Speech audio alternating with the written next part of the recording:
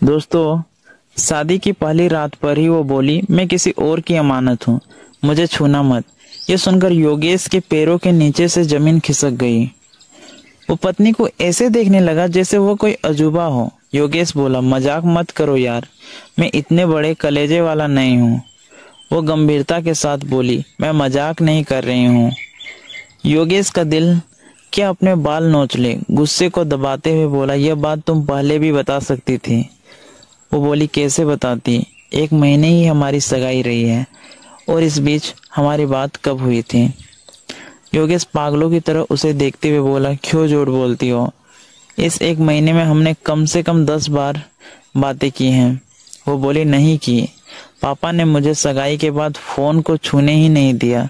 जिससे आपकी बात होती थी वो जरूर मेरी छोटी बहन होगी। इतना बड़ा धोखा। योगेश का सर चकराने लगा था। वो बोला, जब देखने गया था तब बता देती, माला डालते वक्त बता देती, फेरों के वक्त बता देती। वो बोली, डर गई थी, नहीं बता सकी। ओह, तो तुम डरी डरी सी थी। मुझे लगा तुम मासूम हो, तुम तो नागिन हो। खुशियां डस ली तुमने मेरी।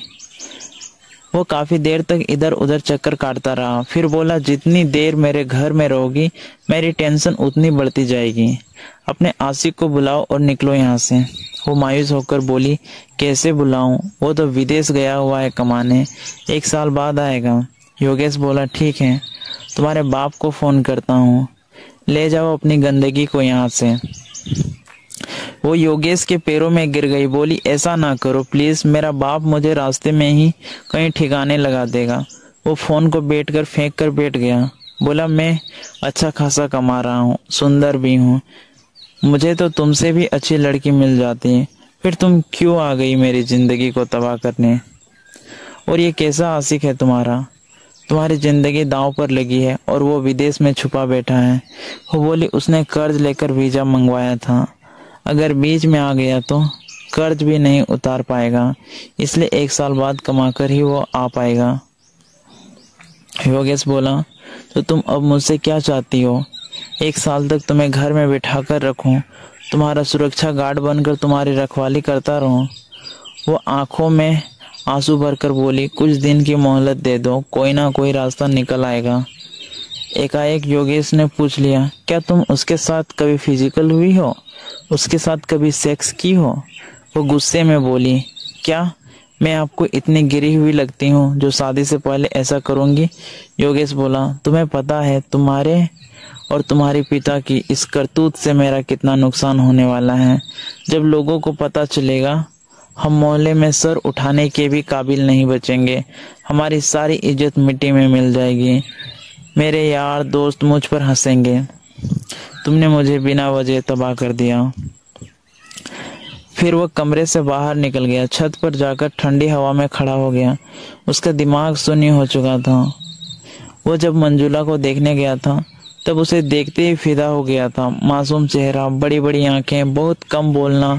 उसके चेहरे पर एक कशिश सी थी जो अनायास ही योगेश के दिल में बैठ गई थी। वो सोचने लगा कि ताजा ताजा शादी हुई है, अगर इतना जल्दी रिश्ता टूटा तो बदनामी ज्यादा होगी। जब ठंडी हवा चेहरे पर लगी तो उसका फ्रीज हुआ, दिमाग थोड़ा चलने लगा। इसलिए क्यों ना चुपचाप मंजुला को यहाँ रखकर थोड़ा वक्त निकाला जाए, फिर कोई कारण बताकर तलाक ले लेगा। वो नीचे आ गया। आधी रात से ज्यादा का समय हो चुका था। थकी हारी मंजुला सो चुकी थी। दिसंबर का महीना शुरू हो चुका था। वो सर्दी में गठरी से बनी घुटनों को पेट में लगाकर सोई हुई थी। योगेश ने कंबल निकालकर मंजुला पर डाल दी, फिर दूसरी कंबल ओढ़कर वो भी बेड के एक कोने पर सो गया। सुबह जब योगेश की आंख खुली तो उसने देखा मंजुला जाग चुकी थी। वो चुपचाप बेड पर डरी डरी सी बैठी थी। योगेश बोला, अब ध्यान से सुनो, घर में तुम्हें बिल्कुल नॉर्मल रहना है, जैसे बहुएं रहती है, किसी को कुछ भी नहीं पता चलना चाहिए, सबसे प्यार से पेश आना, हम मिलकर कोई ना कोई रास्ता निकाल लेंगे। इतना सुनकर मंजुला के चेहरे पर खुशी के भाव आ गए। वो बस इतना ही बोली, सॉरी, आप बहुत अच्छे हो। फिर एक दिनचर्या चल पड़ी। योगेश ड्यूटी पर चला जाता है। मंजुला घर में रहती है। धीरे धीरे वो योगेश के परिवार में घुलने मिलने लगी। योगेश की बहन, छोटा भाई, माँ और पिता सब अच्छे स्वभाव के थे। इस कारण मंजुला को सब अपने से लगने लगे। योगेश के पिता ने योगेश से पूछा, हनीमून पर जाना है तो गोवा के टिकट बनवा दूं? योगेश ने बहाना बनाकर बोल दिया, नहीं पापा, ऑफिस से छुट्टी नहीं मिलेगी, सीजन चल रहा है। फिर संडे को सभी घर वालों ने घूमने का प्रोग्राम बनाया। एक हिल स्टेशन पर गए। जब वे एक ऐतिहासिक जगह पर घूम रहे थे तब योगेश की बहन ने कहा, अरे भाभी, नई नई शादी हुई है, भैया का हाथ पकड़कर चलो ना, आपको कोई नहीं टोकेगा, आजकल सब चलता है। ऐसा कहकर ननंद ने भाभी का हाथ भाई के हाथ में दे दिया। फेरों के बाद पहली बार योगेश ने मंजुला का हाथ छुआ था। नरम नाजुक हाथ को छूते ही योगेश असहज हो गया। उसने मुंह पोंछने के बहाने से हाथ छोड़ दिया।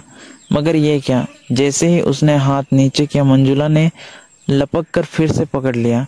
वो धीरे से बोले, छोड़ते क्यों हो जी, कुछ देर दोस्त मानकर साथ चलो। इतना सुनकर योगेश सहज हो गया।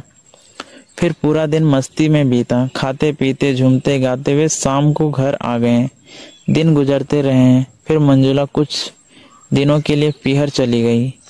पीहर जाने पर मंजुला को मौका मिल गया। उसने आशिक को फोन मिलाकर कहा, जल्दी आ जाओ, तुम्हारे आते ही मेरे पति मुझे तुम्हारे हवाले कर देंगे।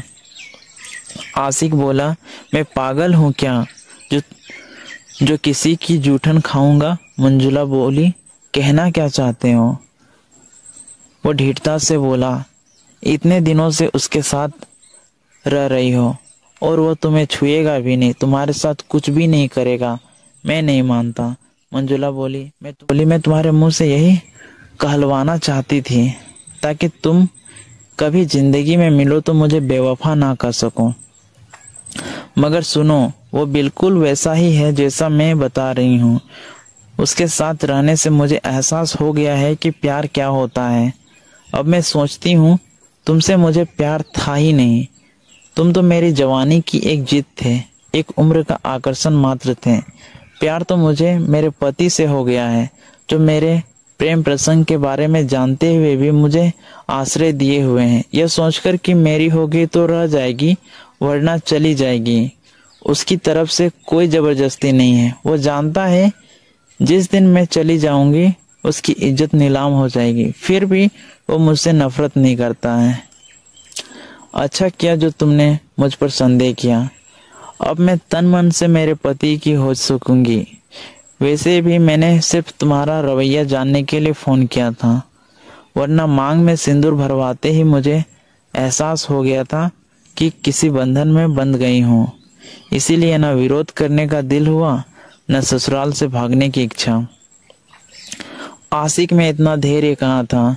उसने फोन काट दिया। फिर मंजुला ने योगेश को फोन मिलाया। वो बोला, हेलो, कौन? मंजुला बोली, मैं आपकी पत्नी बोल रही हूँ। 1 महीना हो गया, लेने क्यों नहीं आए जी?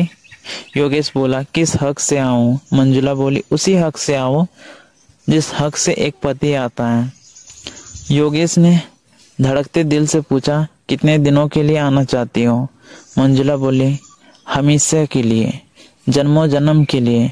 उधर से कोई आवाज नहीं आई। मंजुला बोली, रो रहे हो क्या? योगेश बोला, हाँ, तुमने मुझे बहुत रुलाया। मंजुला भी रो पड़ी। बोली, माफ कर दो। उधर से आवाज आया। बोला, तैयार हो जाओ, आधे घंटे में पहुंच रहा हूँ।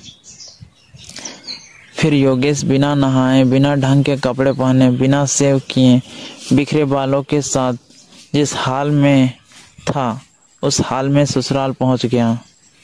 भागकर सीधा मंजुला के कमरे में पहुंचा। दामाद को भागते देख कर ससुर भी दामाद के पीछे लपका, मगर जब दोनों को गले मिलते देखा तो ससुर के पांव थम गए। वो वापस नीचे आकर पत्नी से बोला, बेटी को विदा करने की तैयारी करो, आज उसकी असली विदाई है। अगर कहानी में जरा सा भी आपके दिल को छुआ है तो प्लीज़ शेयर करें। कहानी ये भी कमेंट्स में ज़रूर बताइए। और बेहतरीन कहानी के लिए हमारे चैनल को सब्सक्राइब करें। थैंक यू, धन्यवाद।